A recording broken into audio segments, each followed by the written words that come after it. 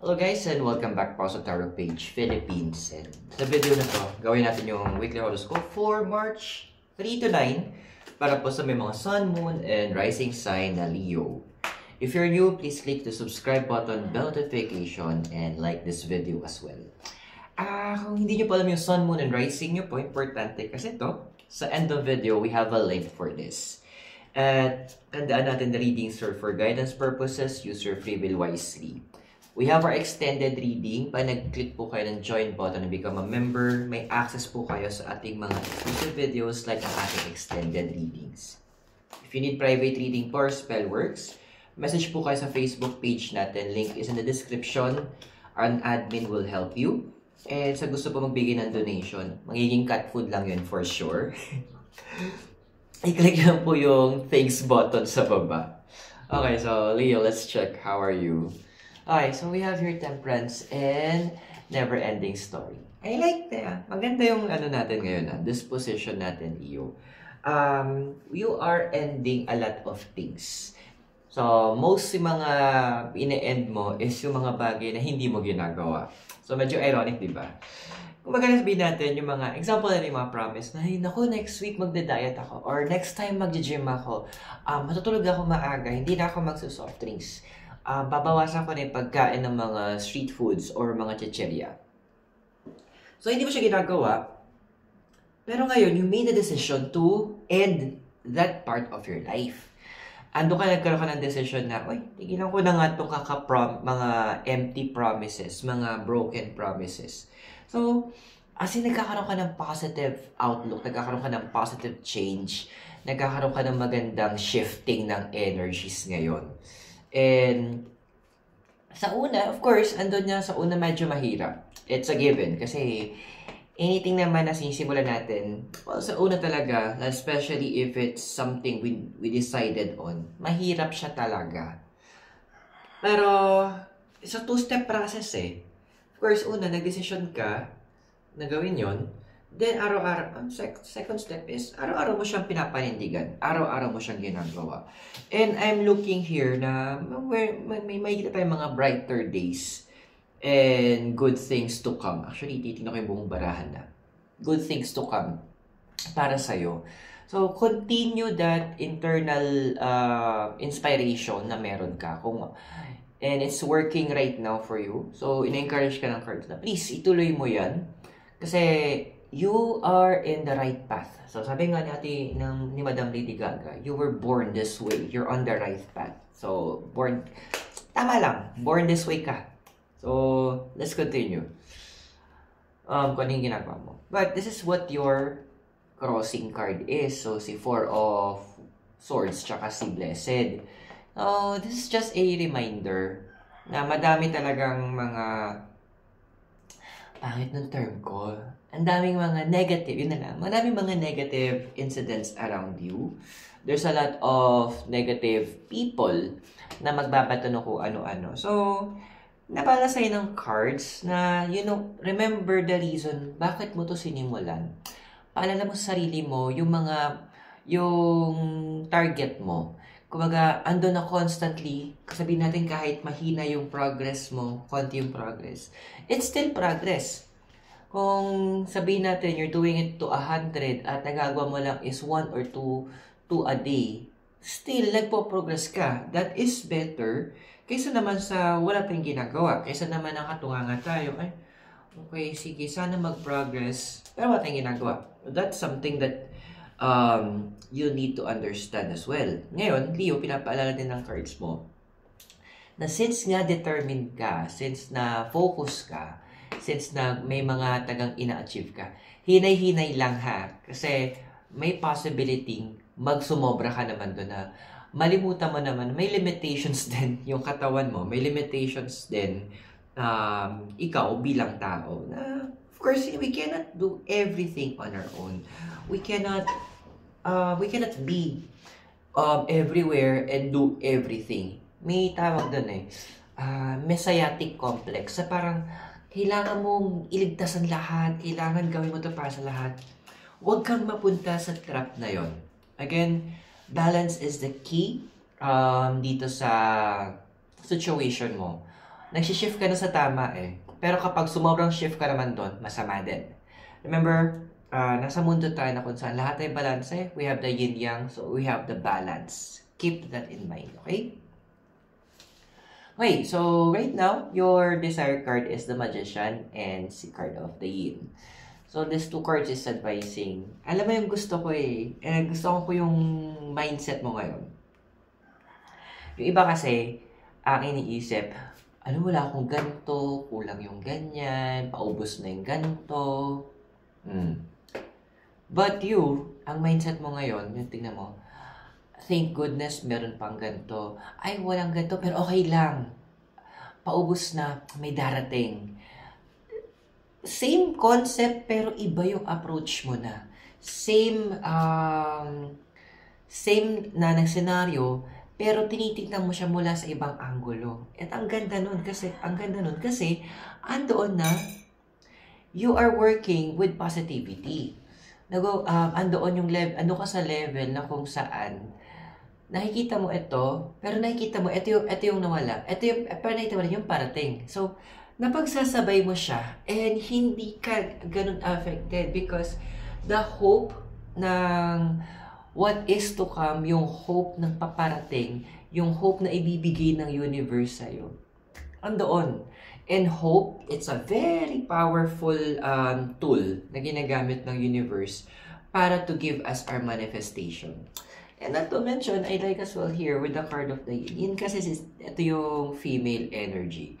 Andoon na more on, you're using more of your emotions. Andoon na mas nakikinig ka sa mga nararamdaman mo, binibigyan mo ng puwang yung puso mo para i-guide ka, para bigyan ka ng direction. And that is important kasi although tama, ginagamit natin yung logic, pero too much logic kasi hindi rin naman tama.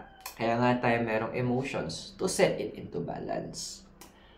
Yung foundation mo ngayon is the Empress and Observer. Now, medyo hindi para sa lahat to sa House of Leo, but what I'm seeing here kasi, there are some of you na sa House of Leo na medyo detached kayo in terms of your possible sa mother image or andoon na hindi ganun naging malalim yung naging connection nyo.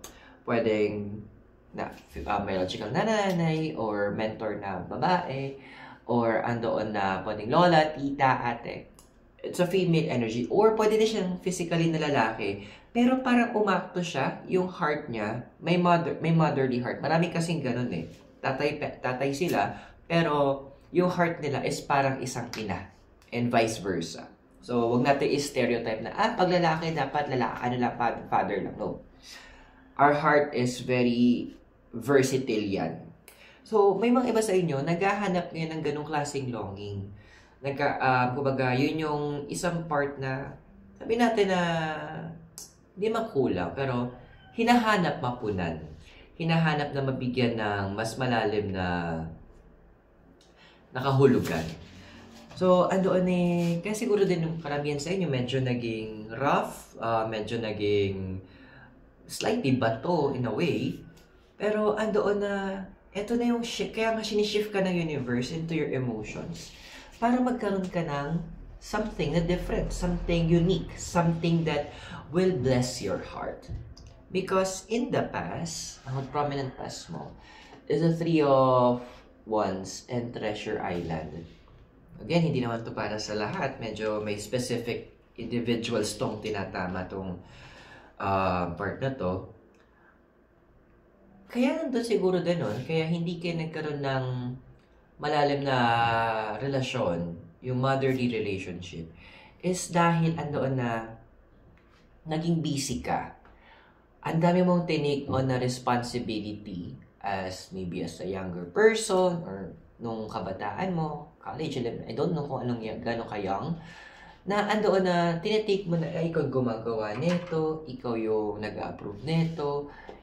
Kumbaga, lahat ng mga major responsibilities napunta sa'yo. And most of the time, a lot of you, andoon na on the go palagi. And hindi nyo na nagagawang magkaroon ng quality time with your motherly figure. Now, that's not a problem kasi hindi naman ibig sabihin na hindi kayo nagkaroon ng quality time, mapangit na yung past nyo. No. Yung, eto tanda mo, yung past mong yan yung nagpatatag sa'yo, yung tumuro na mahulma kung sino ka ngayon. Appreciate that part of your past.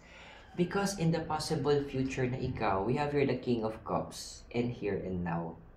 Ay, kasi maganda yung medyo happy ending tayo. Now, the King of Cups kasi, this is a person who is filled with, with emotions. This is a person, who is filled with a lot of, love, a lot of care, and andoon na willing ka ngayon na mag-try. Nandun yung point na, hindi ko naranasan to. Ayoko naman na maranasan ng iba. So, andoon nagkakaroon ng shifting din na willing ka na makiconnect or magamit ng universe to be a blessing for other people. Na ikaw naman yung magbibigay sa kanila ng emotional security na kailangan nila. And ang maganda dito, habang ginagawa mo yon, sabi ng cards na to, habang ginagawa mo yon, andoon na hinihil mo yung sarili mo. So it is a win-win situation para sa'yo at doon sa kung kanino ka ipapadala ng universe. So kung nakaka-resonate ka sa readings, please click the join button sa baba at be a member. Dahil mas malalim pa po yung mga susunod na readings natin under the extended readings para mapanood nyo po. Tuloy muna natin ito, liliman to. So your physical environment, we have here the Three of Pentacles and the Card of the Poise. Diba? Okay lang yun, yung tipong, kasi with the physical environment, you are right now concerned siguro sa health mo, pwedeng sa health. So, iba sa inyo concern naman about your knowledge, kumbaga nagdadagdag ka ng additional information, ina-expand mo yung kaalaman mo, or with health, pwede naging conscious ka na sa mga kinakain mo, or you are making yourself more active physically para maalagaan yung sarili. And also doon din, with the Three of Pentacles, sinasabi dito na you are also trying to build new connection. Tinatry mo din na mag-build ng mas malawak pang network. Kasi nakita mo yung benefits eh. Nakita mo na, okay, so, habang nakikipag-network ka, doon na, hindi lang ikaw yung nag-share. Hindi lang ikaw yung nagbibigay. Because andoon na, you are also trying to observe, you're trying to learn, nakikinig ka din. Nagtatanong ka kasi, andoon deep inside you, ina-acknowledge mo, wait lang, baka hindi ko to alam. Or, wait lang, ano ba yung, info na sinasabi dito? Baka mamaya, makatulong to para mas ma-build pa yung alam ko. At mas ma-develop ko yung sarili ko better. So, with the card of the voice ng reverse, parang, dead ma? Iisipin ng mga, wala ka nang, iisipin na gusto nang isipin. Importante, wala kang sinasaktan, at hindi mo na sinasaktan sarili mo, wala kang nilalabag na batas, and most of all, the important thing, meron kang nag-gain na something good and something na pwede siyang tignan na parang blessing. Your emotional environment we have here is the Nine of Wands and Between Worlds. So, ito na. Talagang may transition talaga nangyayari in terms of your emotions. Alam mo, hindi ako magtataka that there will be some of you na it's either magta-transition kayo from being single to going to a relationship, or you're in a relationship pero andoon na gusto niya na i-level up yung relationship. Baka naman pwede niyo ako invite kapag nangyari yon, di ba? Ito lang naman ako sa Baguio. So andoon na you are loving it eh. Andoon na, kumbaga, something new to para sa'yo. And isa din yung part dito na, ito din yung gusto mo. Ito din yung isa sa mga, sabi natin, pinapangarap mo. Isa rin to sa mga dinedesire mo. Kasi iba sa inyo, you want to, kumbaga may mindset, kumbaga parang, pareho tayo na sinabi dati. Parang ganito yung sinabi nyo eh. Sinabi ko nun sa exit interview ko. nung hindi maganda yung pakikitungo sa akin ng manager ko, when I resigned, sabi ko, tinanong ako ng HR, ano yung natutunan ko? Sabi ko, natutunan ko yung mga bagay na hindi dapat ginagawa kasi hindi maganda. So, may ganun din kayong concept na, okay, hindi ko to natanggap. So, andoon na ipapasa. Ito yung gagawin. Hindi ginawa sa akin to, hindi pinaramdam sa akin to. So, might as well, ako naman gagawa nun. Ipaparamdam ko, ipapakita ko, sasabihin ko yung mga words na hindi ko na sinabi sa akin, sasabihin ko doon sa mga younger generation sa akin. Doon sa mga tao na ipapadala ng universe, yung blessings na ipapadala sa akin ng universe, sa kanila ko ibubuhos yun. Because again, while you're doing that, you're also healing yourself. You're healing your younger self or your past. Now, yung hopes and fears mo, we have here the Hermit and higher power.